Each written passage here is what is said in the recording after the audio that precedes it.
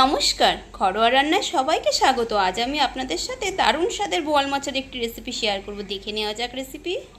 বোয়াল মাছগুলোকে আমি ধুয়ে পরিষ্কার করে নিয়েছি।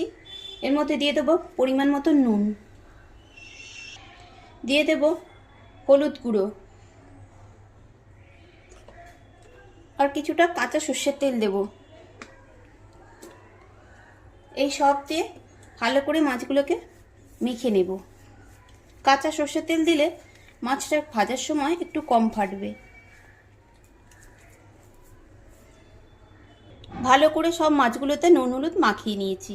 মিক্সিং জারের মধ্যে দিয়ে দেবো দুটো পেঁয়াজের টুকরো, দিয়ে দেবো ছোট সাইজের একটি টমেটো টুকরো করে, দিয়ে দেবো 3-4টে মতন কাঁচা লঙ্কা। এই সব দিয়ে একটু জল দিয়ে মিহি একটি পেস্ট তৈরি করে নেব। রান করে একটি কড়াই বসিয়ে দিয়েছি, তাতে দিয়ে দেবো বেশ কিছুটা সর্ষের তেল। তেল গরম হয়ে গেছে, মাছগুলোকে ছেড়ে দেব। সবগুলো মাছ এভাবে ভেজে তুলে নিয়েছি। ফোড়নের জন্য দেব গোটা জিরে, তেজপাতা, এটাকে একটু নেড়ে নেব।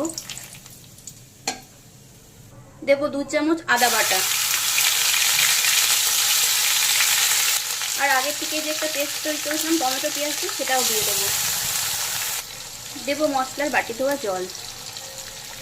এবার দিয়ে দেব 2 চামচ জিরে গুঁড়ো, দিয়ে দেবো 1 চামচ লঙ্কার গুঁড়ো। ঝালটা এখানে যে যার স্বাদ মতন দেবেন।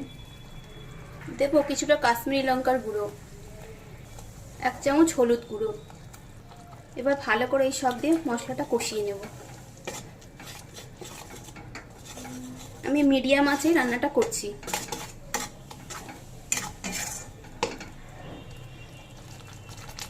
দিয়ে দেবো এতে পরিমাণ মতো নুন।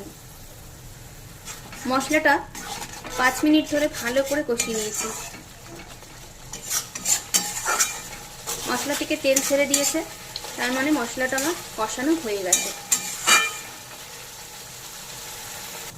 মশলা থেকে সুন্দর একটা গন্ধ ছাড়তে শুরু করেছে। এবার দিয়ে দেবো ঝোলের জন্য জল। এবার একটু নেড়ে নেব ভালো করে। ঝোল ফুটে উঠেছে।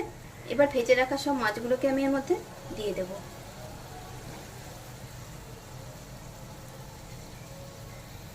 মাছ ভাজার যে তেলটা ছিল সেটাও দিয়ে দিলাম। এবার মাছগুলোকে ঝোলের মধ্যে একটু ডুবিয়ে দেবো খুন্তি দিয়ে।